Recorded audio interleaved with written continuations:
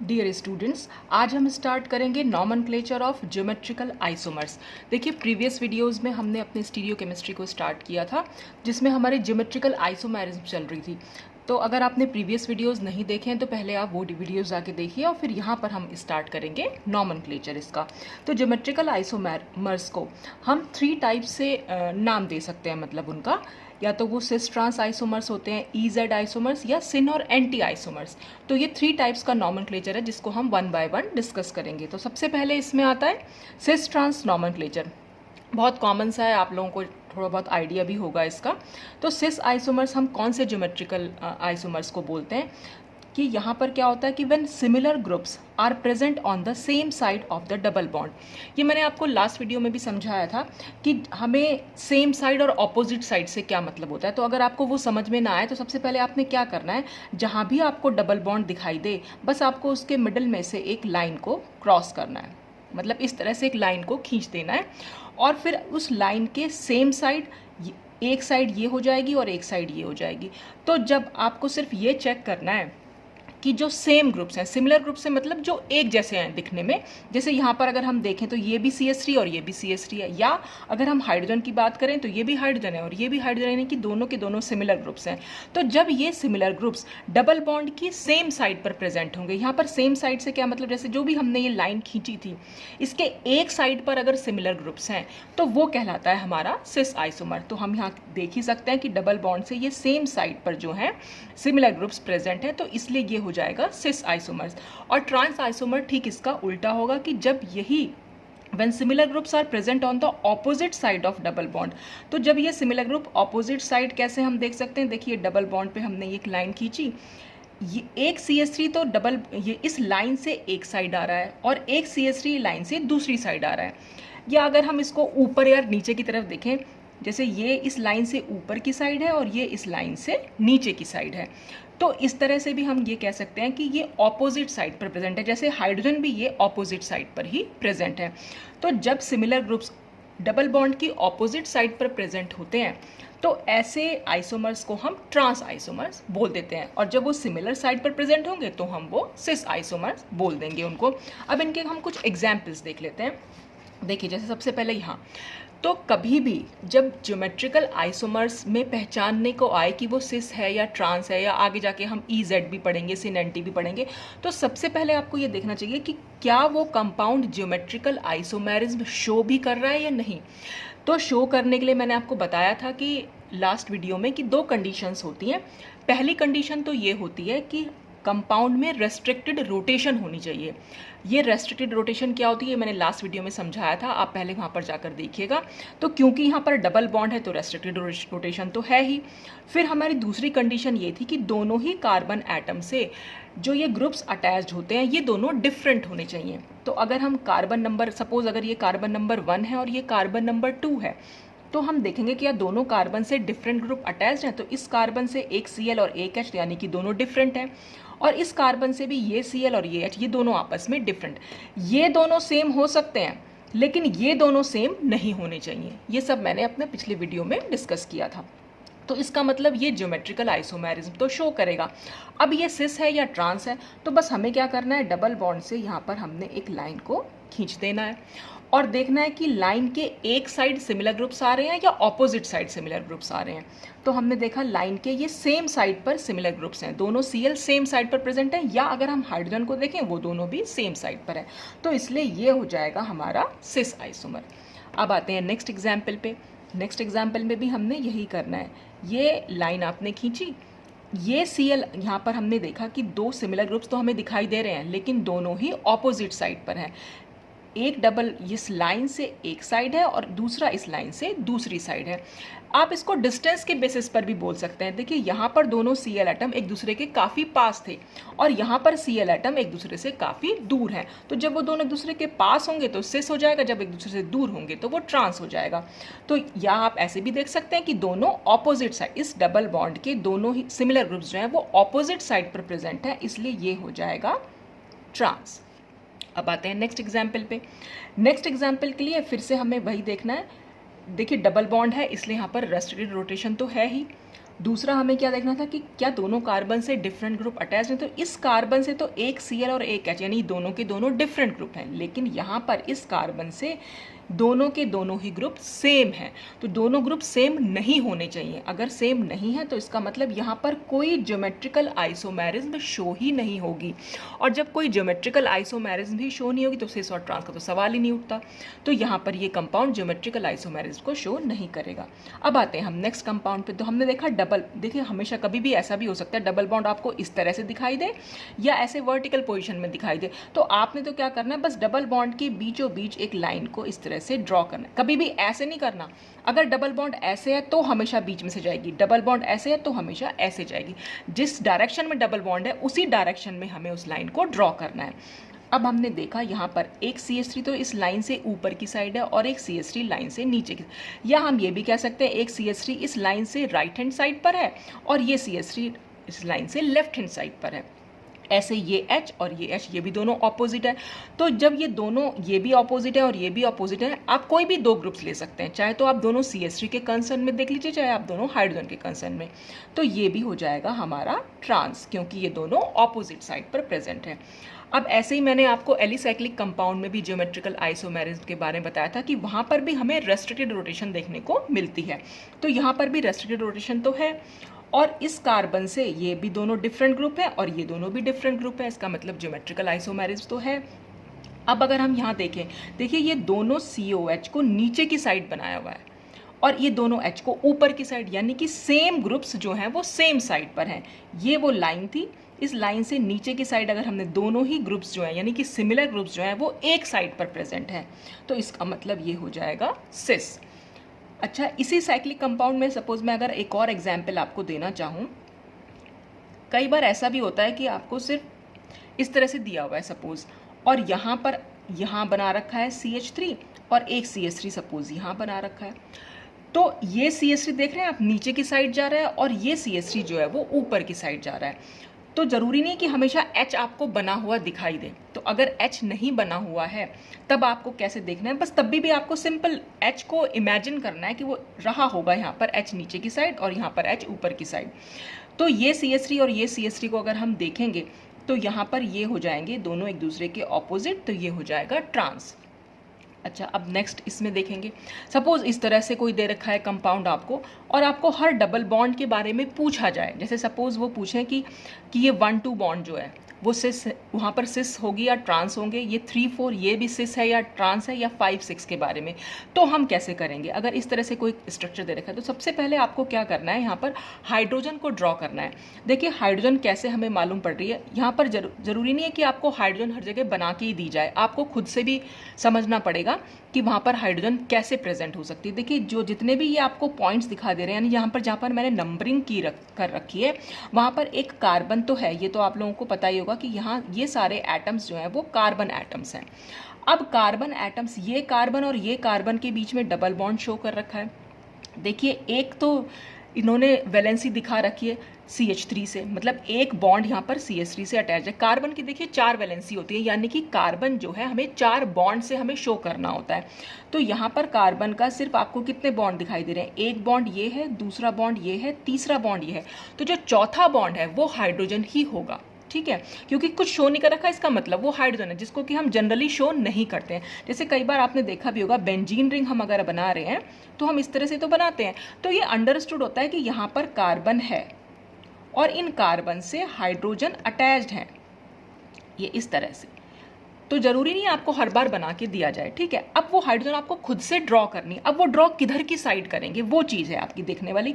देखिए double bond से अगर एक बॉन्ड इधर जाता है तो दूसरा बॉन्ड इधर ही जाएगा। आप ऐसा नहीं करेंगे कि CH3 के साथ H को यहाँ बना देंगे, नहीं, हमेशा डबल बॉन्ड, सपोज आपने यहाँ पर ये डबल बॉन्ड है, तो अगर एक बॉन्ड यहाँ है तो दूसरा बॉन्ड यहाँ होगा, एक बॉन्ड इधर है तो एक बॉन्ड इधर होगा। अगर डबल बॉन्ड ऐसे है तो एक बॉन्ड ऊपर होगा, एक बॉन्ड नीचे होगा। एक, हालांकि ऊपर नीचे होता नहीं है, तो सब सेम प्लेन में होते हैं, पर समझने के लिए हम कह सकते हैं, ठीक है। अगर ऐसे बॉन्ड है तो एक बॉन्ड राइट हैंड साइड में, एक बॉन्ड लेफ्ट हैंड साइड में। और अगर ऐसे है बॉन्ड तो एक बॉन्ड ऊपर और एक बॉन्ड नीचे। ये बनाने का तरीका होता है। कई बार बच्चे इसी में कंफ्यूज हो जाते हैं कि हाइड्रोजन किधर बनाना है। तो ऐसे आप यहाँ पर हाइड्रोजन ना बना के, क्योंकि इधर की साइड तो एक बॉन्ड दिखाई रखा है, तो अब ये ऑपोजिट साइड पर जाएगा, यानी यहाँ पर H होगा। अब अगर हम यहाँ बनाना चाहें तो देखिए एक इधर की साइड जा रहा है, यानी कि राइट हैंड साइड पर बना हुआ है, तो दूसरा H हम कहाँ बना सकते हैं, एक H हम यहाँ बना सकते हैं। अब इस डबल बॉन्ड पे आ जाइए। देखिए इस डबल बॉन्ड से एक बॉन्ड नीचे जा रहा है, तो जाहिर सी बात है दूसरा बॉन्ड ऊपर जाएगा जो कि हाइड्रोजन होगा। फिर इस डबल बॉन्ड से देखिए यहाँ पर भी नीचे जा रहा है, तो एक बॉन्ड यहाँ पर। ऐसे ये डबल बॉन्ड देखें, इस डबल बॉन्ड से एक बॉन्ड ये ऊपर जा रहा है, तो दूसरा बॉन्ड हम बाहर की साइड बना देंगे। ये इधर की साइड जा रहा है तो इधर की साइड बना देंगे। इसमें डबल बॉन्ड इधर की साइड तो बनाया हुआ है, तो हम एक इधर की साइड बना देंगे। तो अब अगर हम देखें कि 1-2 बॉन्ड को सपोज अगर हम देखें कि इसमें ये सिस है कि या ट्रांस है ये बॉन्ड, तो यहाँ पर आप देख रहे हैं ये डबल बॉन्ड से एक H हमें इधर की साइड दिखाई दे रहा है और दूसरा H हमें इधर की साइड दिखाई दे रहा है, यानी कि दोनों ही H हमें ऑपोजिट साइड पर दिखाई दे रहे हैं।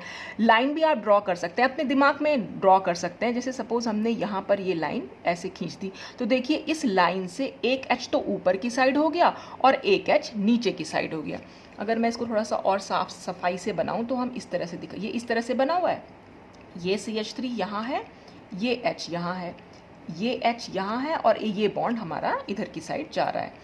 तो आप देख रहे हैं ना, ये हमने लाइन खींची और एक H तो लाइन से ऊपर जा रहा है और एक H लाइन से नीचे जा रहा है, यानी कि दोनों ऑपोजिट है। तो इसका मतलब 1-2 बॉन्ड जो हो गया वो हमारा ट्रांस हो गया, तो इसको हम बोलेंगे कि ये ट्रांस हो गया। ठीक है।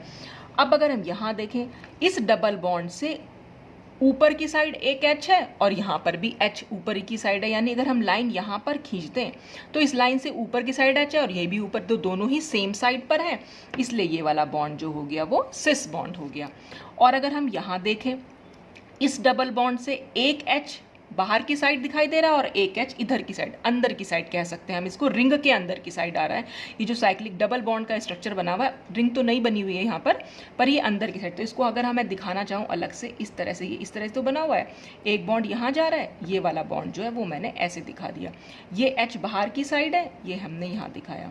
ये CH3 भी बाहर को बना हुआ है और ये H जो है इधर की साइड बना, जो हमने खुद से बनाया। फिर हम क्या करेंगे, यही लाइन यहाँ पर ड्रॉ करें और देख रहे हैं लाइन से एक H ऊपर की साइड है और एक H नीचे की साइड, यानी कि दोनों H ऑपोजिट साइड है। तो ये वाला बॉन्ड भी हमारा ट्रांस हो गया। तो इस तरह से कभी कोई इस तरह का स्ट्रक्चर आ जाए तो आप वहाँ पर भी ट्रांस लिख सकते हैं। कई बार बुक्स में ऐसे बड़े बड़े कंपाउंड्स आपको बना के दिए होंगे और वहाँ पर सिस लिखा होता है, ट्रांस, तो उसका क्या मतलब है वो आप यहाँ पर समझ सकते हैं।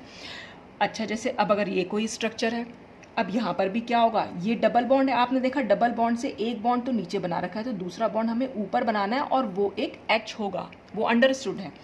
ये डबल बॉन्ड है, इससे एक बॉन्ड नीचे है तो एक H ऊपर की साइड होगा। ये डबल बॉन्ड है, इससे एक बॉन्ड ऊपर की साइड है तो दूसरा नीचे की साइड होगा। हमेशा ऊपर और नीचे ही बनता है बॉन्ड। ये ऊपर की साइड है तो ये नीचे की साइड बनेगा। इस डबल बॉन्ड से नीचे की साइड एक बॉन्ड है तो ये ऊपर की साइड होगा और इस डबल बॉन्ड से नीचे एक बॉन्ड है तो ये ऊपर की साइड होगा। अब आप देखें दोनों H की कंडीशन, क्योंकि ये सब ग्रुप्स तो अलग अलग है, H यहाँ पर सिमिलर ग्रुप्स हैं, तो डबल बॉन्ड से H जो है दोनों ही ऊपर की साइड है। या अगर आप वो लाइन ड्रॉ करना चाहें अपने दिमाग में तो ये लाइन ड्रॉ करी और लाइन से ऊपर है ये वाला H भी, ये भी H, तो इसका मतलब ये एक सिस बॉन्ड हुआ। और ये डबल बॉन्ड में देखा दोनों ही H नीचे की साइड आ रहे हैं, तो सेम साइड आ रहे हैं, तो ये भी सिस बॉन्ड हुआ। ये डबल बॉन्ड में दोनों H ऊपर की साइड है तो ये भी एक सिस बॉन्ड हुआ। तो कई बार इस तरह से भी स्ट्रक्चर बनाने को आए तो ऐसे कभी पूछा तो नहीं जाएगा एग्जाम में कि ये सिस बॉन्ड है कि ट्रांस है, लेकिन कई बार कंपाउंड का नाम इस तरह से लिखा हुआ होता है तो आपको पता होना चाहिए। पूछने के लिए तो हमेशा इस तरह से आ सकता है क्वेश्चन कि ये सिस है या ट्रांस है। बस आपको सिर्फ इतना ध्यान रखना है कि सिस में सिमिलर ग्रुप्स जो होते हैं वो सेम साइड होते हैं डबल बॉन्ड के, और जो ऑपोजिट साइड अगर वो हुए तो वो ट्रांस आइसोमर होगा। तो ये तो था सिस ट्रांस आइसोमर नॉमेनक्लेचर जो था। अब हम E और Z नॉमेनक्लेचर देखेंगे। तो EZ सिस्टम में हम कब EZ यूज़ करेंगे, जब इस कार्बन कार्बन डबल बॉन्ड से अटैच्ड ये चारों ही ग्रुप्स डिफरेंट हों, या हम ये भी कह सकते हैं कि ये तीन ग्रुप्स के अलावा एक यहाँ पर एक हाइड्रोजन होना चाहिए, या ये हाइड्रोजन भी अलग हो सकता है, मतलब चारों ग्रुप डिफरेंट होने चाहिए बस। क्योंकि वहाँ पर जब चारों ग्रुप डिफरेंट है तो हम उसको सिस या ट्रांस तो बोल नहीं सकते, क्योंकि सिस ट्रांस के लिए हमें कम से कम 2 ग्रुप्स तो सिमिलर चाहिए ही चाहिए। तो यहाँ पर कोई भी ग्रुप सिमिलर नहीं है, तो यहाँ पर हम EZ नॉमेनक्लेचर यूज़ करेंगे। अब ये नॉमेनक्लेचर बेस्ड होता है CIP रूल पर। CIP रूल, CIP का मतलब फुल फॉर्म क्या होगी, कान, इनगोल्ड और प्रीलॉग, ये साइंटिस्ट का नाम है और इन तीनों साइंटिस्ट ने मिलकर ये रूल दिया था। तो कान, इनगोल्ड, प्रीगोल्ड रूल बोल देते हैं हम इसको, या सीक्वेंस रूल भी आपको कई जगह देखने को मिलेगा। देखिए इस रूल को तो हम डिटेल्स में पढ़ेंगे जब हम RS नॉमेनक्लेचर पढ़ेंगे, तो अभी तो मैं जैसे जैसे एग्जाम्पल आएंगे बस उसी हिसाब से उस रूल को बताती चली जाऊंगी। तो यहाँ पर क्या करना होता है, ई आइसोमर, यहाँ पर हम क्या करते हैं, ये जो ग्रुप्स बने हुए हैं इस कार्बन से जो 2 ग्रुप्स हैं और इस कार्बन से जो 2 ग्रुप्स हैं, सिर्फ हमें उन्हें नंबरिंग देनी होती है, यानी कि हमें प्रायोरिटी देनी पड़ती है।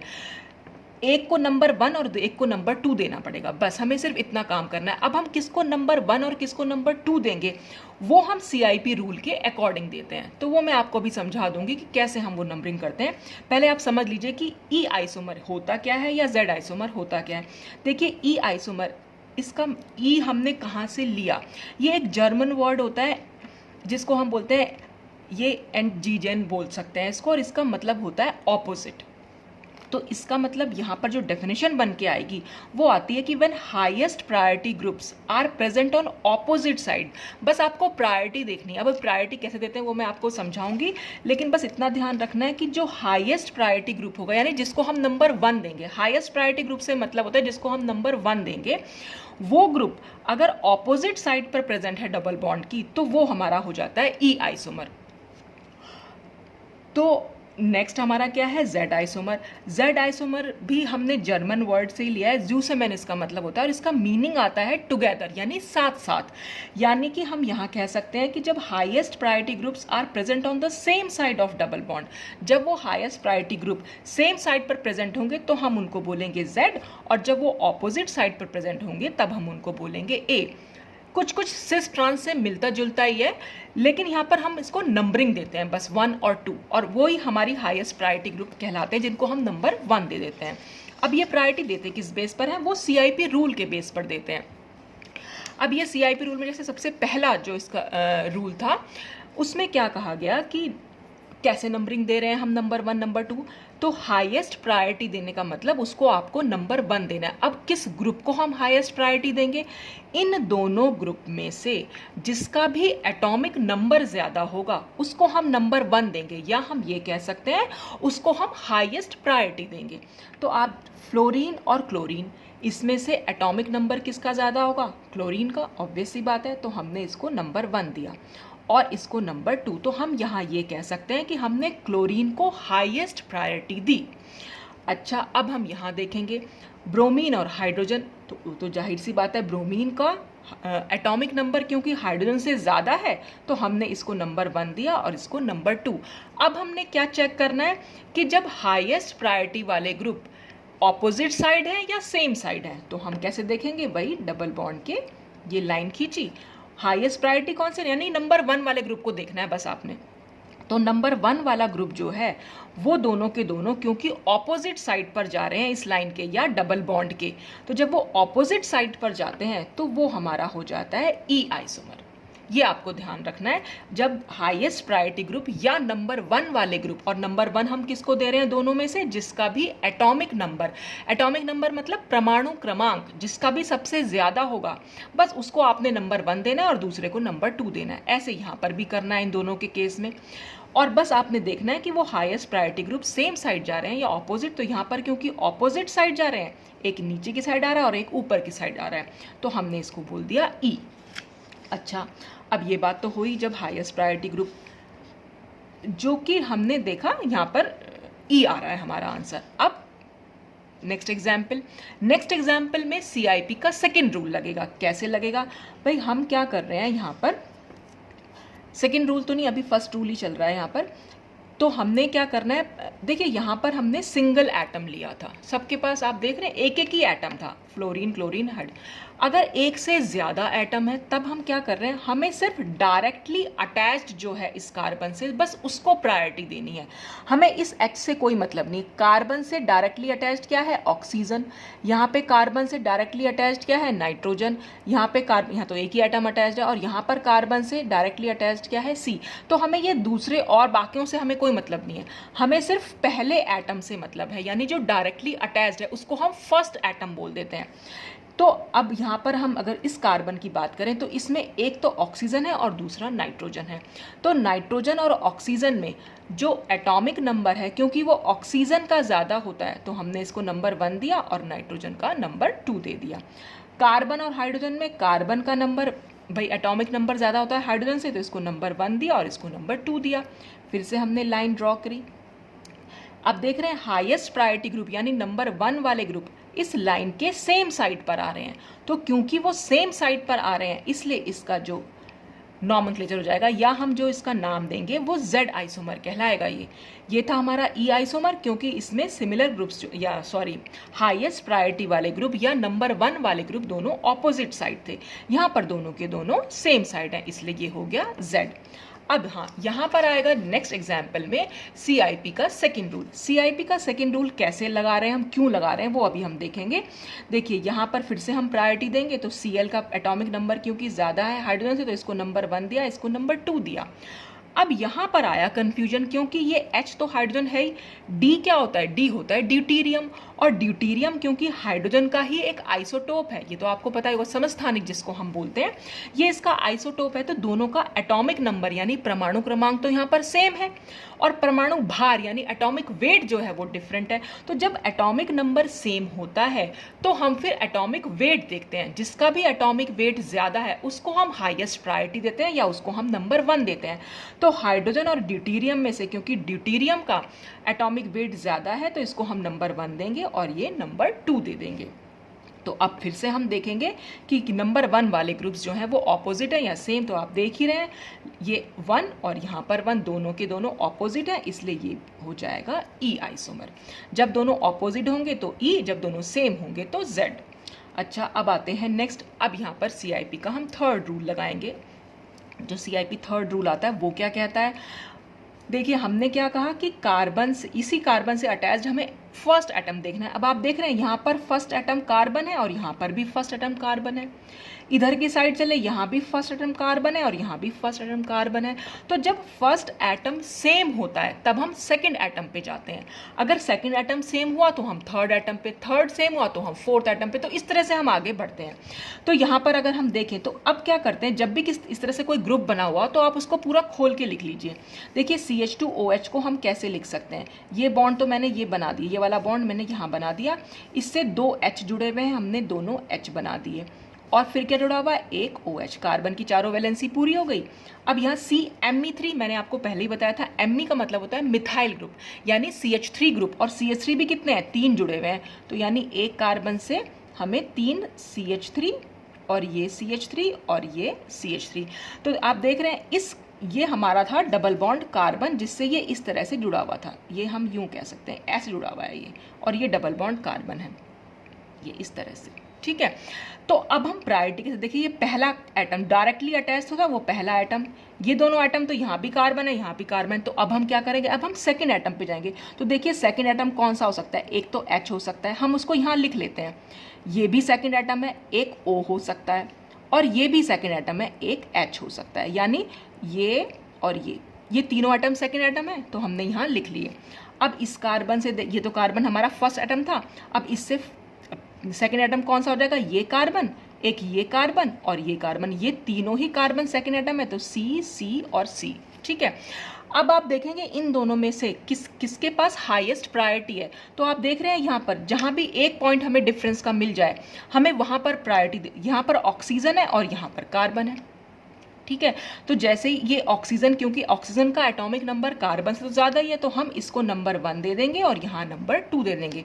अब हम यहाँ हाइड्रोजन हाइड्रोजन या कार्बन कार्बन को देखेंगे, क्योंकि हमें हाईएस्ट प्रायोरिटी ग्रुप यहाँ पर दिख गया है, तो इसका मतलब ये CH2OH को हम नंबर 1 देंगे और यहाँ CMe3 को हम नंबर 2 देंगे। अब हम इससे आगे बढ़ जाएं, यहाँ पर कार्बन, तो कार्बन सेम है। नेक्स्ट एटम क्या है? नेक्स्ट एटम हम यहाँ पर कैसे लिख सकते हैं? तीनों ही हाइड्रोजन है, तो हमने ऐसे खोल के लिख दिया। यहाँ पर क्या है? इस C से 2 तो हाइड्रोजन जुड़े हुए हैं, ये CH2 हमने दिखा दिया, और उससे आगे एक कार्बन और जुड़ा हुआ है। तो यानी सेकंड एटम अगर हम देखें तो जो सिमिलर एटम्स हैं आप उनको कैंसिल कर सकते हो। देखिए यहाँ पर 2 हाइड्रोजन है, यहाँ पर 2 हाइड्रोजन यहाँ पर कैंसिल कर दिए, दोनों तो सेम है, हम इनको यहाँ पर तो कोई चेंज देख ही नहीं सकते। यहाँ एक हाइड्रोजन बचा जो तीसरा एटम था, और यहाँ पर जो है वो कार्बन था। तो क्योंकि यहाँ कार्बन है इसलिए हम इसको हाईएस्ट प्रायोरिटी देंगे, क्योंकि कार्बन का एटॉमिक नंबर हाइड्रोजन से ज़्यादा होता है, इसको हम नंबर 2 देंगे। अब हम देखेंगे नंबर 1 वाले जो ग्रुप्स हैं वो सेम साइड आ रहे हैं, ऑपोजिट साइड, तो ये भी नंबर 1 है और ये भी नंबर 1 है, दोनों ही डबल बॉन्ड से सेम साइड पर हैं। जब सेम साइड पर होंगे तो इस पूरे के लिए हम लिख देंगे कि ये जो है Z हो जाएगा। ये बात आपको समझ में आ रही है कि अगर हम पहला एटम सेम होता है तो हम फिर दूसरे एटम को चेक करते हैं, अगर दूसरा एटम भी सेम होता तो फिर हम तीसरे एटम पर जाते। तो लेकिन यहाँ पर हमारा दूसरा एटम में ही हमें डिफरेंस देखने को मिल गया। यहाँ पर तीनों कार्बन थे, यहाँ पर 2 हाइड्रोजन और 1 ऑक्सीजन। तो ऑक्सीजन क्योंकि ज़्यादा प्रायोरिटी होती है, यानी ज़्यादा एटॉमिक नंबर होता है कार्बन से, इसलिए हमने इसको नंबर 1 दिया और इसको नंबर 2 दिया। और ऐसे ही हमने यहाँ देखा, इस कार्बन से 2 तो हाइड्रोजन है और 1 कार्बन है, इस कार्बन से तीनों ही हाइड्रोजन है, तो दोनों हाइड्रोजन पे तो हम कोई डिफरेंस देख ही नहीं पा रहे हैं। तो हम फिर ये तीसरे वाले को चेक करेंगे, क्योंकि यहाँ पर हाइड्रोजन था और ये कार्बन, तो इसलिए हमने इसको ज़्यादा प्रायोरिटी दी और इसको कम। ठीक है, तो इस तरह से हम इसमें इसका जो नॉमेनक्लेचर निकला या जो भी इसका नाम Z आइसोमर जो है वो इस तरह से निकल के आया। अब नेक्स्ट रूल CIP का क्या था? वो था कि जब कभी इस तरह से डबल बॉन्ड या ये जो सब्स्टिट्यूएंट है यानी जो ग्रुप्स हैं इनमें कभी डबल बॉन्ड या ट्रिपल बॉन्ड हो तो हम कैसे ट्रीट करेंगे। तो सबसे पहले तो आप यही देख लेते हैं कि हम डबल बॉन्ड और ट्रिपल बॉन्ड को लिखेंगे कैसे, इसको खोल के हमें लिखना पड़ेगा। देखिए कभी भी अगर इस तरह से कोई कंपाउंड, सपोज आपको दे रखा है C double bond O, double bond से कोई कंपाउंड अगर होता है इस तरह से अटैच, तो हम इसको कैसे लिखते हैं? इसको तो सिंगल बॉन्ड ही बनाएंगे, और यहाँ पर ऑक्सीजन और यहाँ पर कार्बन, यानी कि इस कार्बन से नीचे की साइड हम ये वाला एटम जोड़ देंगे और इस ऑक्सीजन से नीचे की साइड हम ये वाला कार्बन जोड़ देंगे। तो हम इसका मतलब C डबल बॉन्ड O का मतलब होता है ये। आप C के और ये जो मेन बॉन्ड है इसको तो सिंगल बॉन्ड बनाइए और एक बॉन्ड यहाँ से कम कर देंगे और नीचे की साइड ये वाला एटम लिखेंगे यहाँ पर, और इसमें नीचे की साइड इधर वाला एटम लिखते हैं। दोनों के साइड ऑपोजिट एटम्स जो है यहाँ लिखे जाते हैं। जैसे सपोज अगर C ट्रिपल बॉन्ड N हो तो C ट्रिपल बॉन्ड N को, अब क्योंकि यहाँ पर 2 एक्स्ट्रा बॉन्ड है तो 2 एक्स्ट्रा बॉन्ड को हम 2 एक्स्ट्रा एटम के साथ लिख सकते हैं। जैसे C सिंगल बॉन्ड N तो हम एज इट इज लिख देंगे। अब क्योंकि हमें यहाँ 2 बॉन्ड को कम करना है तो यहाँ हम 2 बॉन्ड बना देंगे, और क्योंकि ये वाला आइटम नाइट्रोजन है तो हम एक नाइट्रोजन यहाँ और एक नाइट्रोजन यहाँ लिख देंगे। ऐसे ही इस नाइट्रोजन से भी 2 बॉन्ड बनाएंगे, और क्योंकि नाइट्रोजन से कार्बन अटैच है तो ये कार्बन यहाँ और ये कार्बन यहाँ। इस तरह से हम लिखते हैं इसको, और फिर हम प्रायोरिटी दे देंगे। तो जब भी कभी बॉन्ड बना हुआ होगा, डबल बॉन्ड बना हुआ है, तो आपने सिर्फ एक बार ये वाला एटम, पास वाला एटम लिखना है उसके, बस और कुछ नहीं करना।